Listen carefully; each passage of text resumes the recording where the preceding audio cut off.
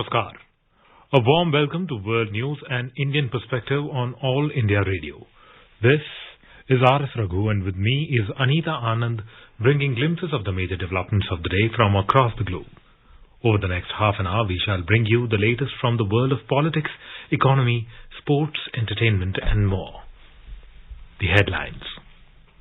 India-assisted housing project in Mauritius inaugurated by Prime Minister Narendra Modi with his Mauritius counterpart Pravin Kumar Jagnauth. India will always continue to stand by Mauritius in its development journey, says Prime Minister Modi. 3 persons killed and 23 injured in a blast in Lahore's Anarkali Bazaar area. International Labour Organization says that over 500,000 people pushed out of jobs in Afghanistan since the Taliban takeover. Taliban Education Department directs male employees not to shave or cut hair and to wear a towel. Women asked to wear proper Sharia hijab. National COVID-19 vaccination coverage in India crosses the 160 million mark. India successfully test fires BrahMos supersonic cruise missile with enhanced capabilities. In football, the opening match of the Women's AFC Asia Cup between India and Iran ends in a goalless draw. And in tennis, Andy Murray and Emma Raducanu knocked out of the Australian Open in Melbourne.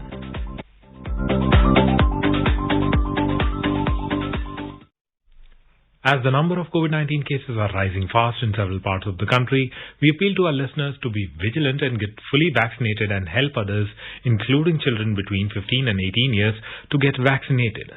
As the new Omicron variant of coronavirus is causing concern, please continue to follow these three simple steps to stay safe.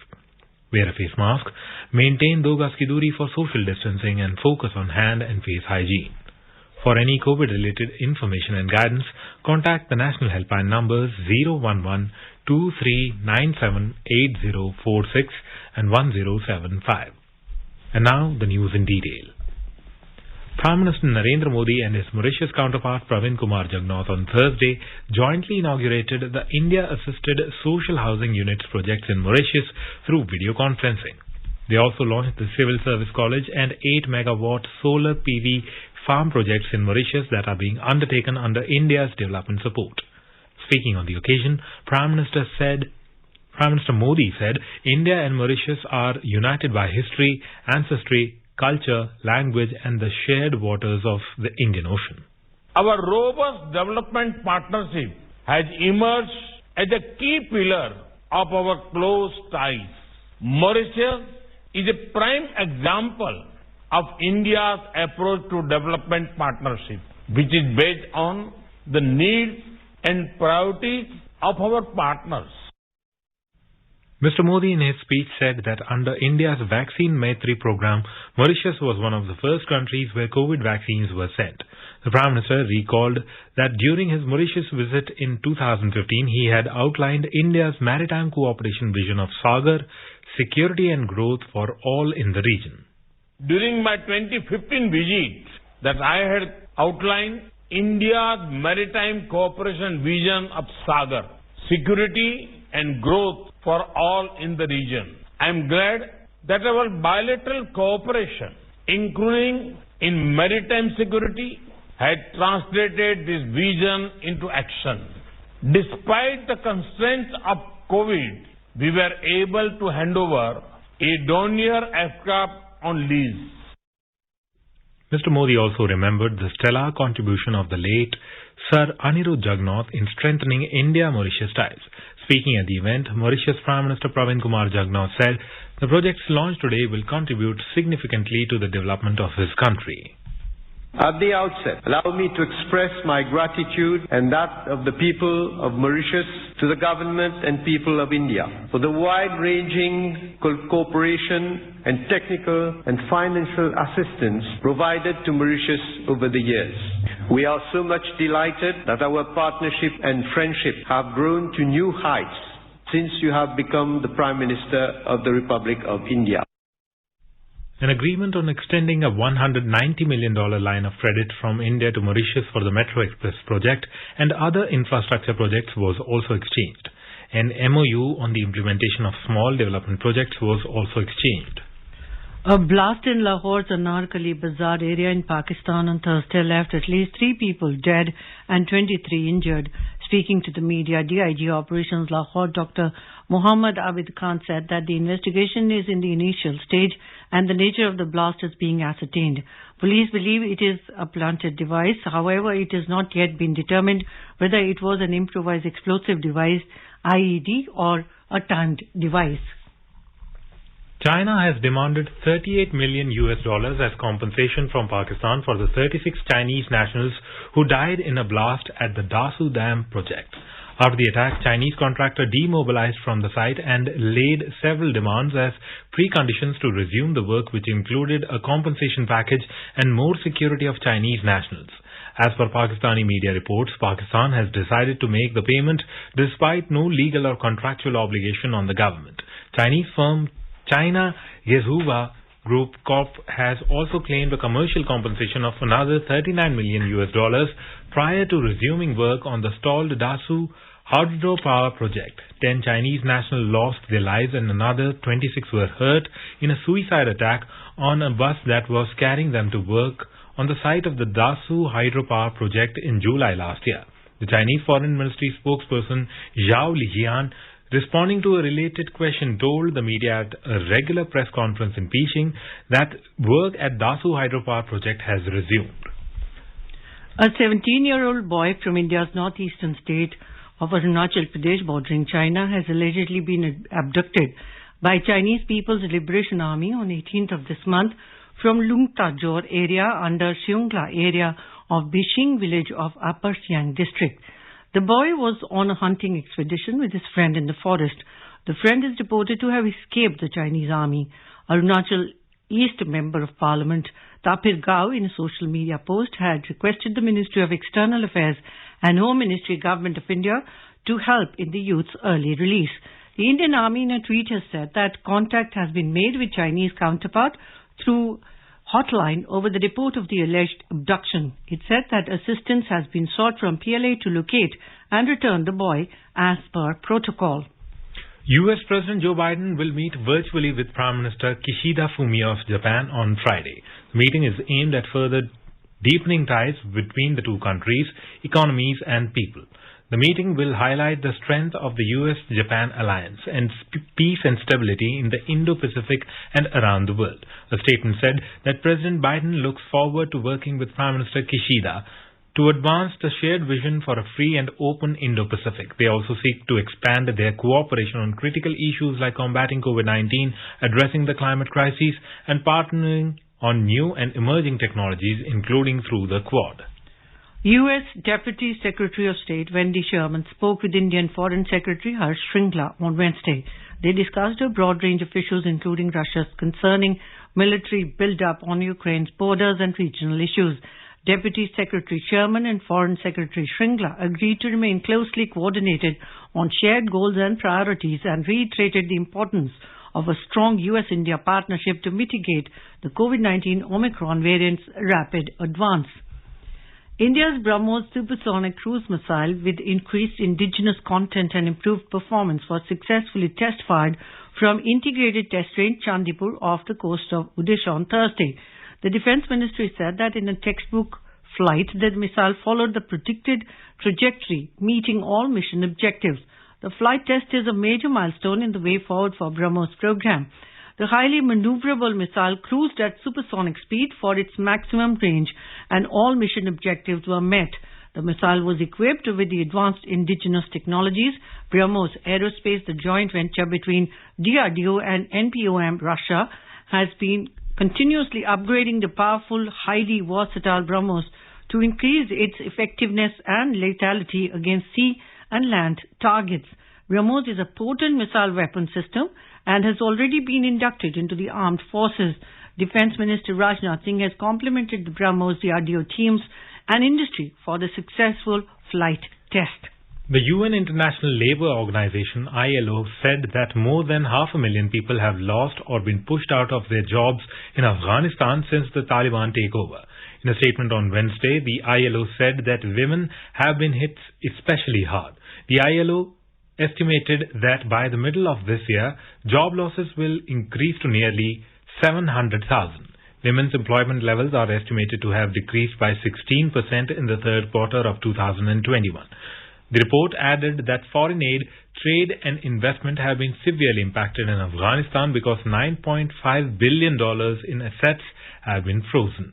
Meanwhile, the Taliban Education Directorate in Daikondi province imposed new restrictions for its employees. Taliban Education Directorate instructed all its men employees not to shave or cut hair and to wear a turban. Also, Taliban instructed that women should wear proper Sharia hijab.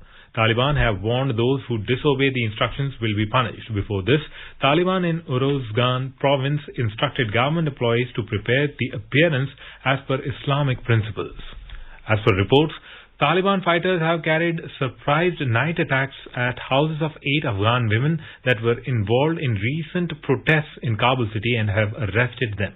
The report says that Taliban have arrested Tamana Zaryab, Parwana Ibrahim Khil and another Afghan woman involved at women protests in Kabul city demanding for their basic rights such as rights to education and rights to work.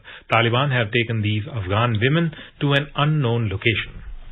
A group of countries have expressed deep concern at the Israel government's decision to advance plans for the construction of hundreds of new housing units in East Jerusalem, including between Givat Hamatos and Har Homa.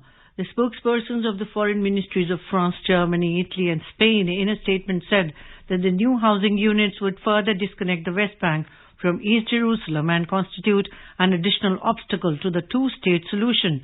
They urged the Israeli authorities to reverse the decision since it threatens the viability of a future Palestinian state. Israeli settlements are in clear violation of international law and stand in the way of a just, lasting and comprehensive peace between the Israelis and Palestinians. The country is also deeply concerned by the recent developments in the Sheikh Jarrah neighborhood of East Jerusalem. They urge the Israeli government to permanently halt eviction and demolition procedures of Palestinian structures in East Jerusalem as well as in Area C, which contribute to fueling tensions on the ground. India's COVID-19 vaccination coverage has crossed the 160 crore mark on Thursday. In a tweet, Health Minister Dr. Mansukh Mandavia said, ask people to keep following COVID-appropriate behavior even after getting vaccinated. Briefing media in Delhi, Director General of Indian Council of Medical Research, ICMR, Dr. Balram Bhargav said vaccines have remained beneficial in India.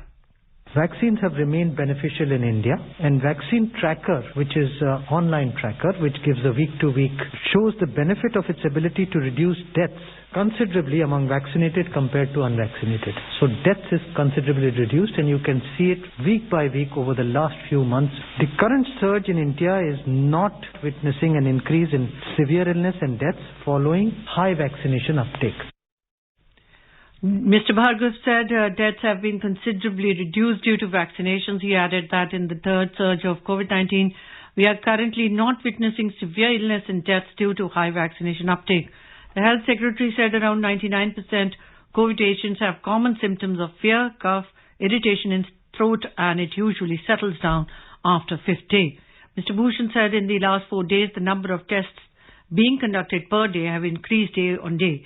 He said in the last 24 hours, around 19 lakh tests have been conducted in the country. Japan has announced that it has decided to provide emergency relief goods, including drinking water, equipment for cleaning volcano ash, among others, to the Kingdom of Tonga.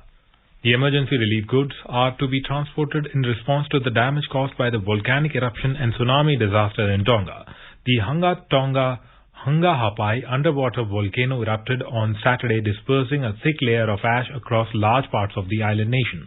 The volcano also caused a destructive tsunami that was felt as far away as Peru, Chile and United States. Last week, India and the UK formally launched negotiations for a free trade agreement FTA between the two countries. A joint statement by the Commerce and Industry Minister Piyush Goyal and UK Secretary of State for International Trade Anne-Marie Trevelyan said the FTA would be a substantial opportunity for both economies and a significant moment in the bilateral relationship. The UK-India bilateral trading relationship is already significant and both sides have agreed to double that bilateral trade by 2030 as part of Roadmap 2030 announced by the Prime Minister Narendra Modi and British Prime Minister Boris Johnson in May last year. In today's Hotspot section, we bring you a discussion on India's UK FTA deal and its significance. India-UK FTA talks, a deeper bilateral engagement. India and the UK have officially launched their Free Trade Agreement FTA on January 13, 2022 with the hope of having an interim agreement by March. This step is being considered to be very significant as far as bilateral engagement is concerned. This also marks a new phase in the strategic and trade relationship of India and the UK with the hope of delivering commercial benefits to both the countries. In this connection, the 15th meeting of the India-UK Joint Economic and Trade Committee, JETCO, was held between Piyush Goyal, Indian Minister of Commerce and Industry, Consumer Affairs and Food and Public Distribution and Textiles, and Annie Marie Trevelyan, MP, Secretary of State for International Trade of the UK. The FTA seeks to be a future-facing deal, expediting business in cutting-edge sectors like services and innovation. The ambitious trade agenda will concentrate more on complementary issues rather than on sensitive ones, and the arrangement is to have 16 chapters including on intellectual property rights, digital economy, geographical indications, GIs, sustainability, anti-corruption, investment and micro, small and medium enterprises, MSMEs, among others. For the UK, a trade deal with India offers tremendous benefits for British businesses, workers and consumers following its exit from the European Union. India has been increasingly recognized as an economic powerhouse in the Indo-Pacific, and a stronger engagement with the Asian country will prove beneficial for the UK's trade policy in creating jobs, increasing wages and driving innovations across the country. India is said to be the world's third largest economy by 2050, and unlocking this huge market for British producers and manufacturers across numerous industries from food and drinks to services and automotive will broaden the country's economic horizons. UK's renewable industry will also get a major uplift with the Indian government's plans to install 175 gigawatt of renewable energy capacity by 2022. The UK also hopes to benefit from this deal, which reduces barriers such as import tariffs as high as 15% on the wind turbine parts. The UK has also stressed on removal of non-tariff barriers to trade in India. As per statistics of the Department of International Trade, DIT, India applies 193 technical barriers to trade and 236 sanitary and phytosanitary restrictions to trade. On the other side of the spectrum, the constant geopolitical shifts necessitates the establishment of stable and robust trade relationship with key economies outside China's influence. India shares deep-rooted ties with the UK, and the building up of a comprehensive strategic partnership requires both countries to fully realize all growth possibilities. India seeks to increase exports in service sectors like information technology, nursing, education, healthcare, including Ayush and audio-visual services. India is also vouching for making special arrangements for movement of its people. Items where it hopes to get enhanced market access in the UK include garments and textiles,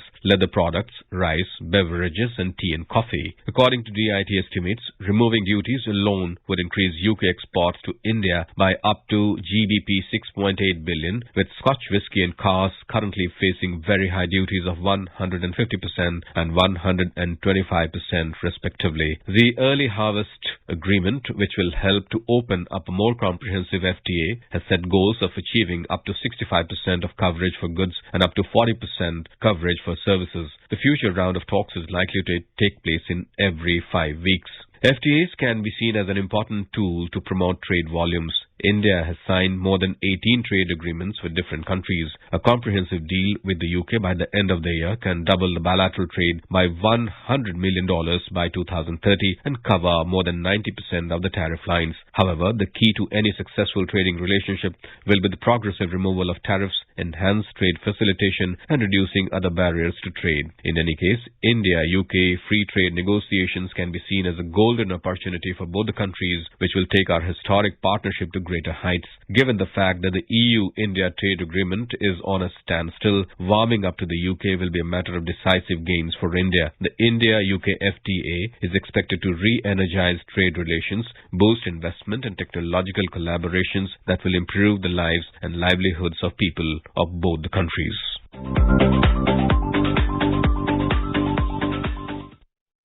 This is All India Radio, giving you the news. For quick news updates round the clock, follow us on Twitter at AIR News Alerts.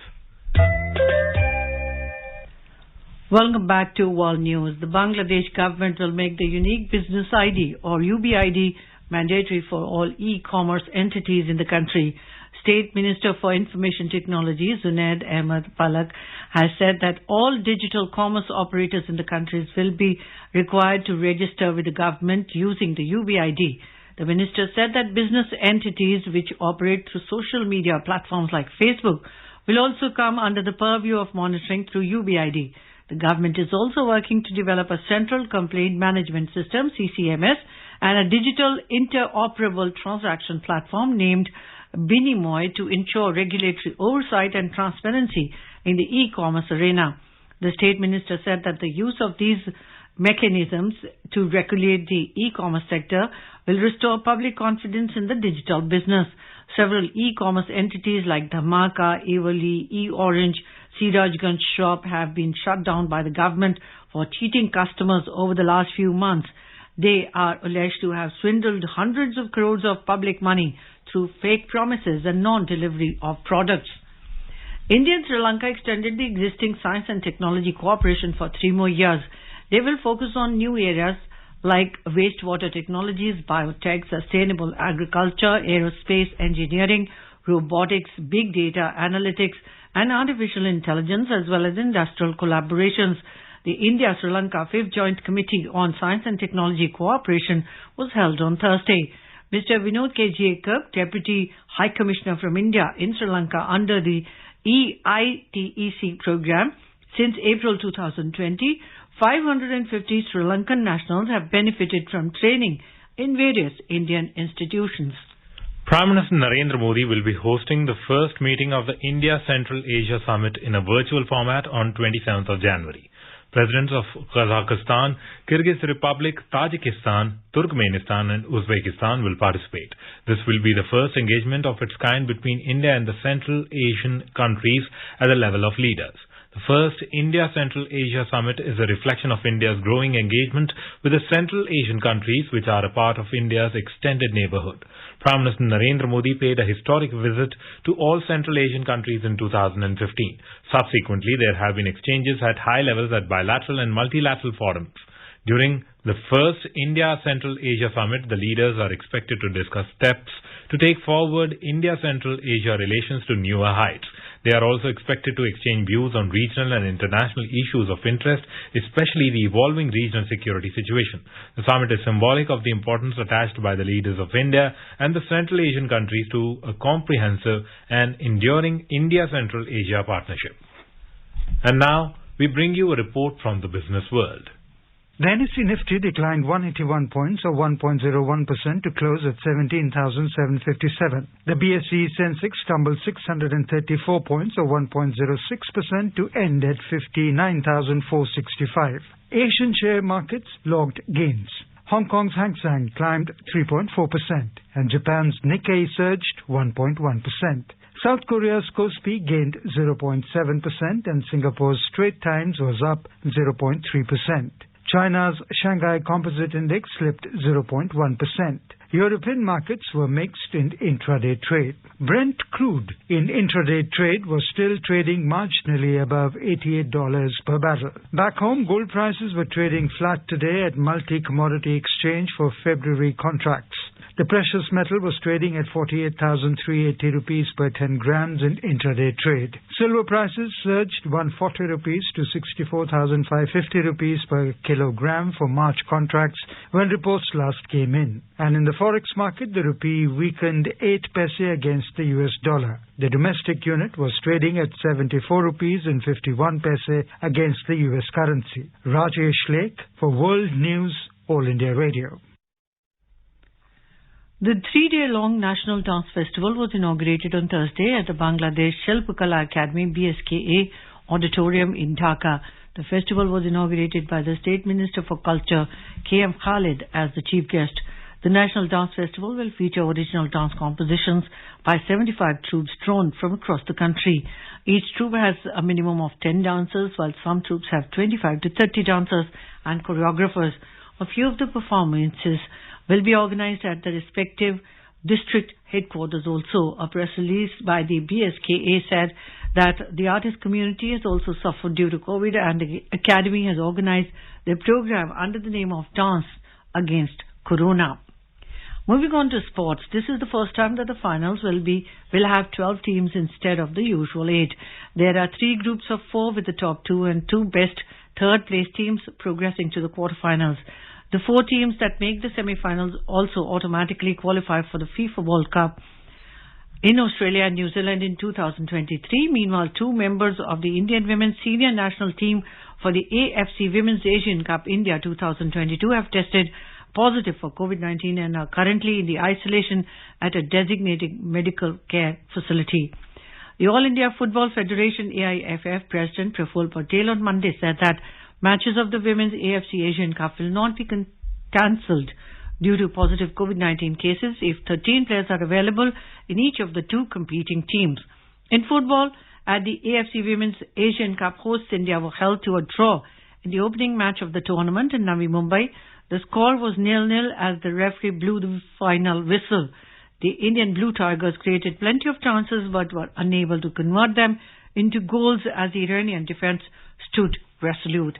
In tennis, at the Australian Open, British tennis stars Andy Murray and Emma Raducanu were knocked out of the tournament on Thursday after losing their respective second-round matches. The former world number 1 Murray lost to 120th ranked Taro Daniel of Japan 6-4, 6-4, 6-4 in men's singles, while US Open champion Raducanu was defeated by Danka Govinic 6-4, 4-6, 6-3 in women's singles.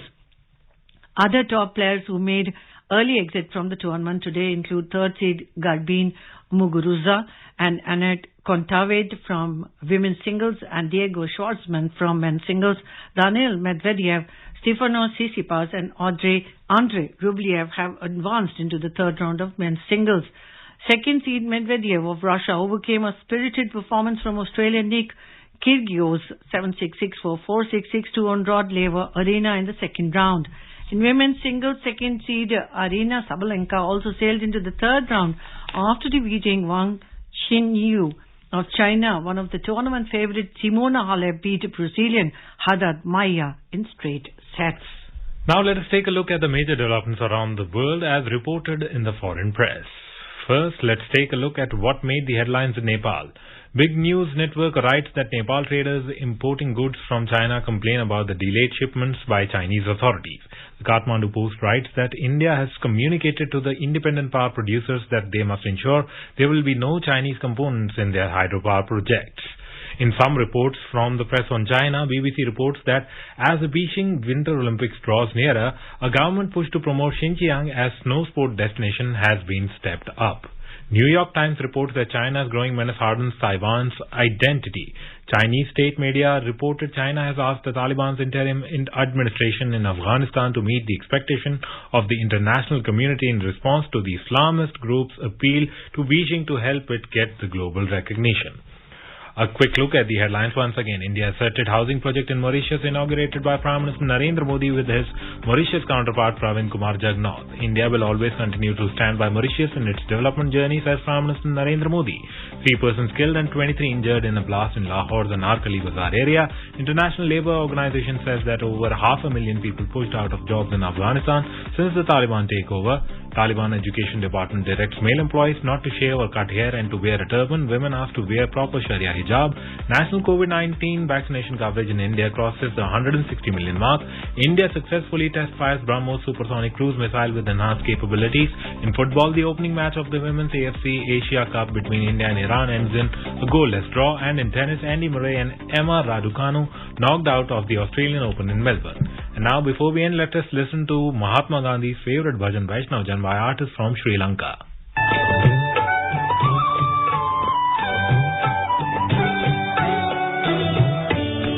वैष्णव जन तो तेरे कहिए जे पीर पराई जाने रे पर दुखे उपकार करे कोई. And with that, we end this bulletin. We'll be back at the same time tomorrow with the next edition of World News.